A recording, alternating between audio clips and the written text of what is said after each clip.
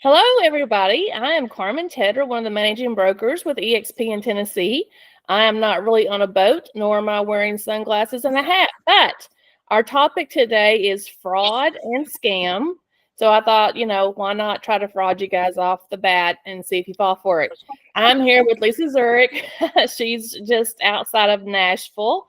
Her husband is Paul Zurich, who is deeply invested in the commercial side of real estate with EXP. So Lisa has an important story to tell us about an opportunity that she had to be scammed and how she handled it and the result of that. And I want you guys to hear her story. This has become rampant among our industry, and I've dealt with it probably 6 times in the year that I have been here in Tennessee. So I want you guys to be educated that this is what's going on. And I want you to hear from agents that have experienced what they did, what they didn't do, and how you can protect yourself. So Lisa, welcome. Thank you for taking the time with me today. And please share with us your experience on your scamming and how that went and all of that. All right, so Paul and I have been doing real estate for quite a few years, and he got a phone call from somebody whose name is very prominent in Franklin, Tennessee, where we're at, and they wanted to sell a little block of their land off, and they own a lot of land here in Williamson County, but there was like a 5-acre lot that he was looking to sell here in Franklin, and he said, I don't really want you to put a sign up or anything because the family knows I'm selling it, they're going to wonder why and everything else. So, so we took his information and we got the address of the property, and we went and took pictures and videos and all the stuff that we're supposed to do. We he had a phone call at first, and then we had been communicating through email, and we had we Google. Whenever we get a person that calls us, we Google them and we learn a little bit about them before we kind of jump on things. And everything looked legit from the email address on up. So we started putting the listing together, and we put the land up for sale, and we didn't put a sign in it, but the next door neighbor happened to be a realtor with, I don't remember which right. And she called and she said, I can't believe that David is putting this land up for sale. I've been wanting it forever. And he always said to me, I'm never going to sell it. And I said, She goes, and I've been hearing about fraud. She goes, maybe you want to just delve into this a little deeper. And I said, I sure will. So we called the gentleman, and it had only been up just a couple of days on the MLS. And we called the gentleman, and we said, hey, by the way, we're putting all of our paperwork together, and we would love for you just to send us a copy of your license, and just to put in the file with everything, so we have everything. And he said, well, I'm traveling and I don't have it with me. Well, that, of course, we were like, you got to be kidding me. So we delved a little deeper, and the more questions we asked, the more nervous he got. And then he said, you know what, let's just take this listing down for now.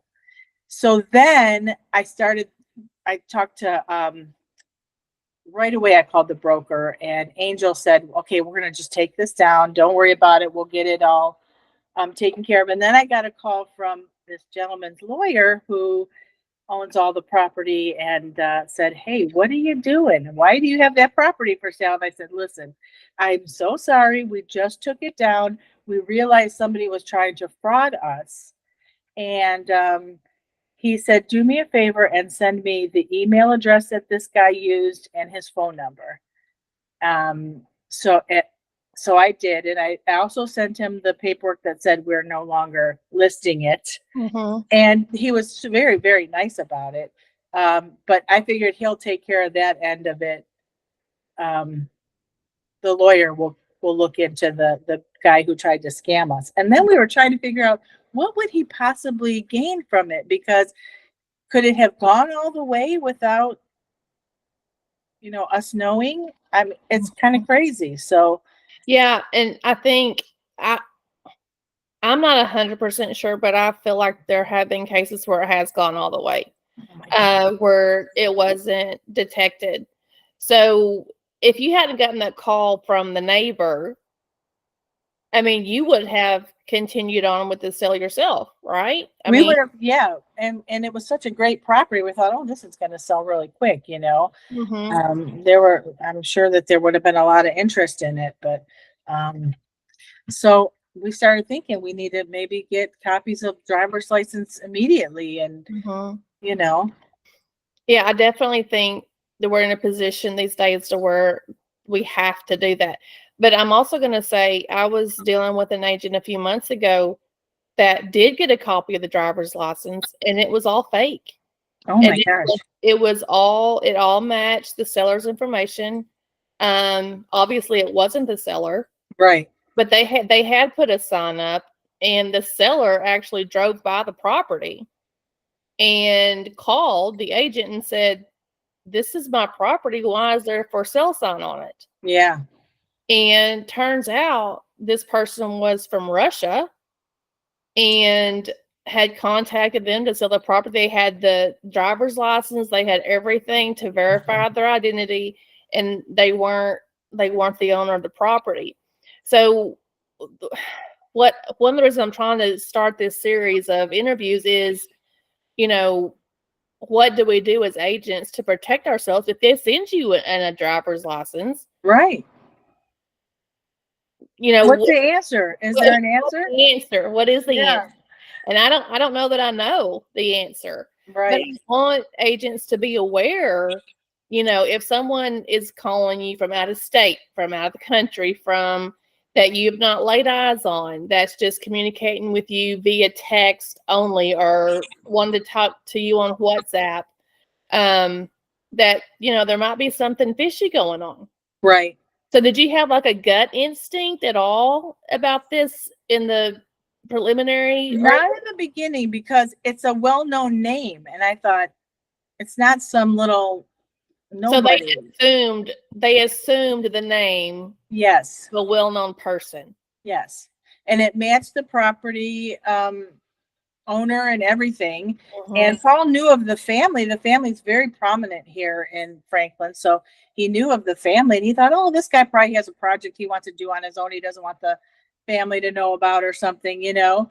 So it all And makes sense. right, right, And that's what I think the problem is like it seems like it all makes sense. mhm, And then how do we protect ourselves against these situations? Because I feel like most of the time it's on vacant land, yeah, and a seller or a buyer from out of state. I've had it happen on both sides.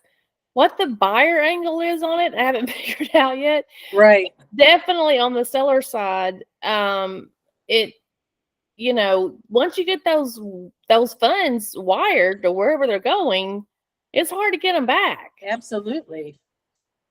And we almost always meet with our people. Uh-huh. But this guy was like, I'm so busy. I travel so much for work. I just wanted to get this up and going. And but we almost every time will sit down in the home office, go over everything. We do kind of a discovery period, Exactly. and we just didn't have time to do it with this So one. that was a red flag that he didn't have time to do that. Number one. And then he didn't want to sign up.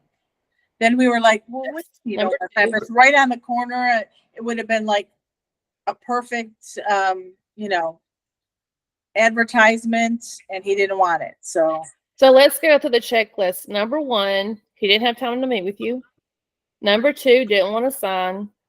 Number three, could not send you his driver's license. yeah, If he's traveling, he has to have his driver's license, or he's not getting on any public form of transportation. right. So, And he's a prominent guy, so he runs a lot of businesses and everything. right, So you'd think he would always have that stuff on him anyways. exactly. So those were your three red flags. Yes. So what was the result of this? How did this all come to a conclusion?